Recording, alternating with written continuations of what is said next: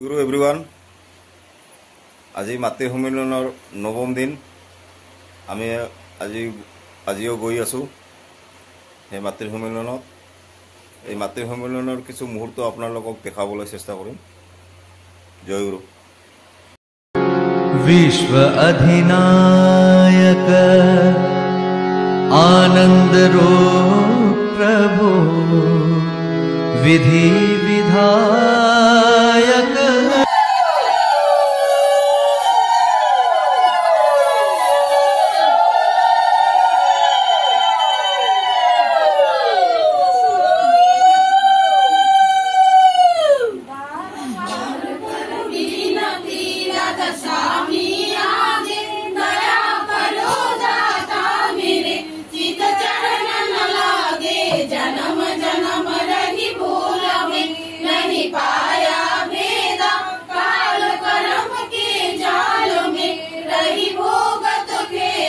जगत जियो घर मत फिरे नित चारो खानी ज्ञानी जोगी बिन रहे सब मन की घानी भाग जगा मेरा अधिका मिले सदगुरु आई राधा स्वामी धाम का मणि वेद जनाई ऊंचा से ऊंचा देश बार बार कर जोर कर सविनय करो उपकार साधु संग महिला उनिको परम गुरु दाता साधु संग महिला उनिको परम विचारा महान गुरुदेव महेश्वर गुरुदेव परम ब्रह्म तस्मै श्री गुरुवे नमः।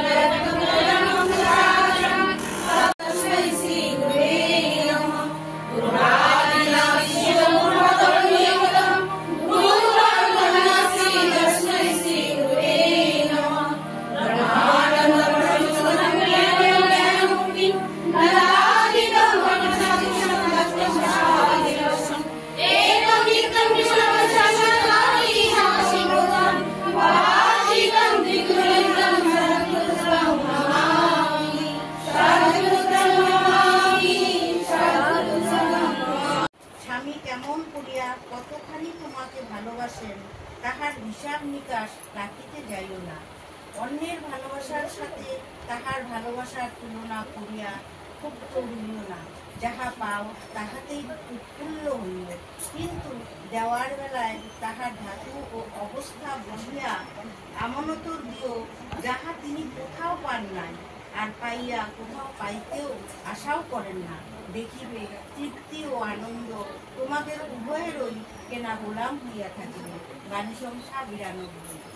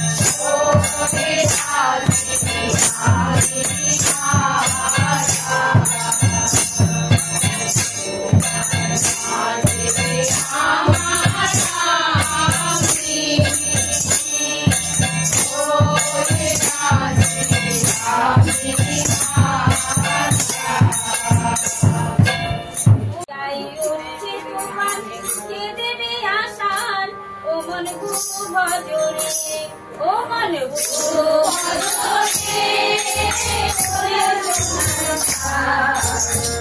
দোষিয়ার সুন্দর তোমার কে দেবে আশার ও মন গুরু ভজরে এই দোষিয়ার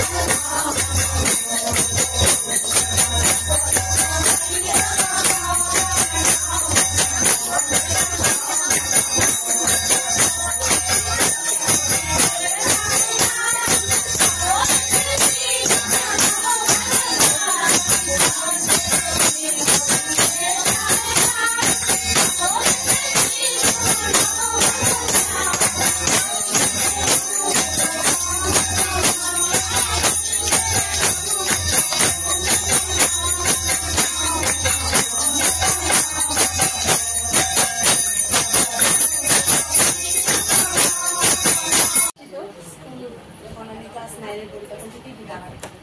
আর আমার শ্বশুরবাড়িও তাই, অনেক আগে থেকে ওরাও। তো আমার জীবনে ঠাকুরকে তো অনেক ছোটো থেকেই পায়ে আসছি, মা প্রার্থনা করতো তাই দেখি তার তখন থেকে শেখা। কিন্তু ঠাকুর কি জিনিস আমি অনেক পরেই মানে বুঝতে পারছি আর কি। ঠাকুর আমার জীবনেও অনেক কিছুই, আমার নিজের জীবনেও আমি অনেক ঠাকুরকে মানে জ্যান্ত যে উনি যে এত ইসে আমি অনেক প্রমাণ পেয়েছি আর কি।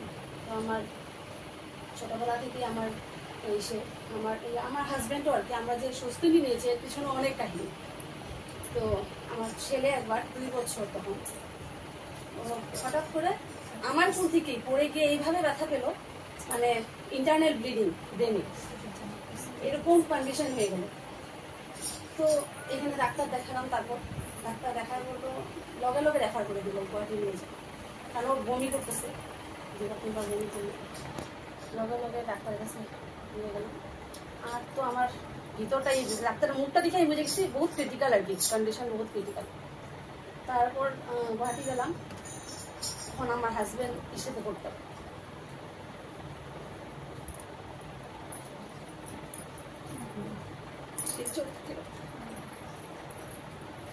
ওকে ফোন করতে, ওকে বলি নেই, ও জাস্ট জয়েন করতে গেছে চাকরি।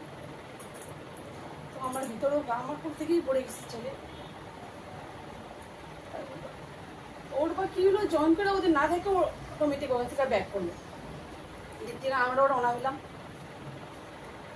তারপর রাস্তা আর কি ও ফোন করলো, মানে তোমরা কোথায়, আমরা বাসুরাবা দাদা ফোন করলো গুয়াহাটিতে এই হসপিটালে আসা পড়ো, জাকির হোসেন বলে একটা নিল, অ্যাডভান্স নিল সে। তারপর ডাক্তার তো ও বুঝে গেছে কিছু একটা হচ্ছে, সোজা ওখানে আগে আসলো। ডাক্তার এসেই বললো, আর আমি সমানে ঠাকুরের নাম নিতেছি, ছেলেকে রক্ষা করবো।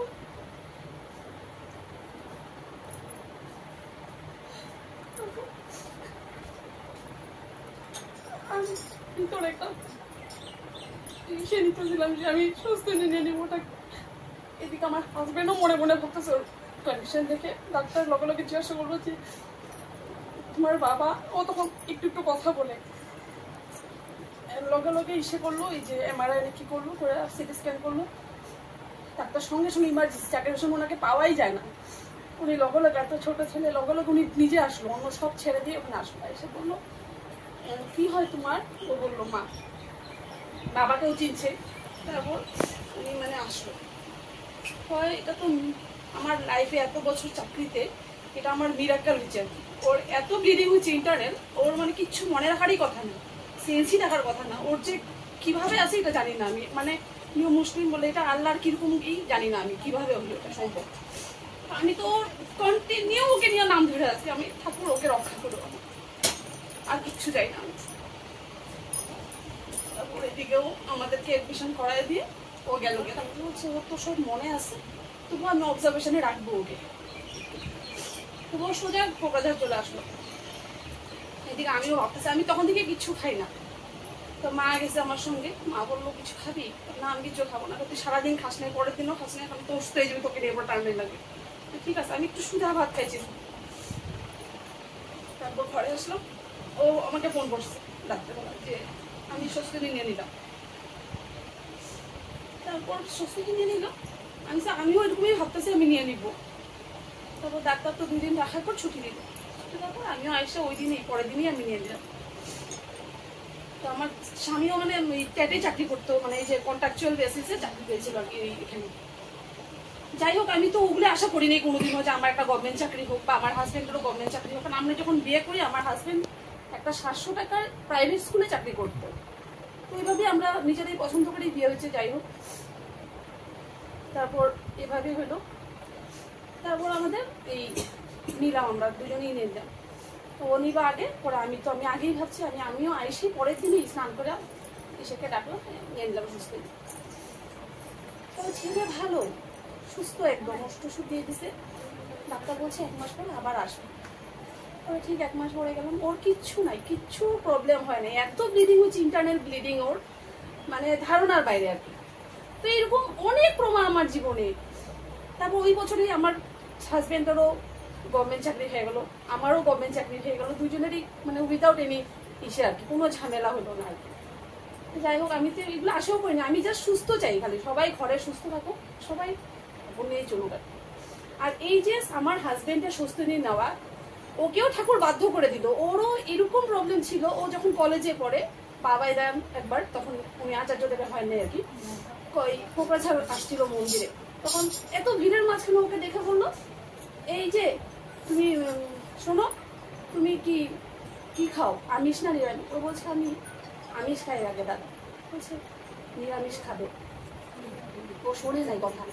এই কি বলে, ও তো মাংস এত প্রিয় ছিল, 3 বেলায় মাংস থাকতো ফ্রিজে, শুক্রবারটা কোনো রকম মানে খালি নিরামিষ খাইতো। তারপর তোর একবার প্রেশার মানে এরকম হয়ে গেল, হাসপাতালে গিয়ে ভর্তি হইতে লাগলো, পালস, প্রেশার, ওয়েট মানে সবকিছুই বেশি, ও এত ভুগলো। সেই মানুষটা নিরামিষ হয়ে গেল, এখন ওর সবকিছু নর্মাল।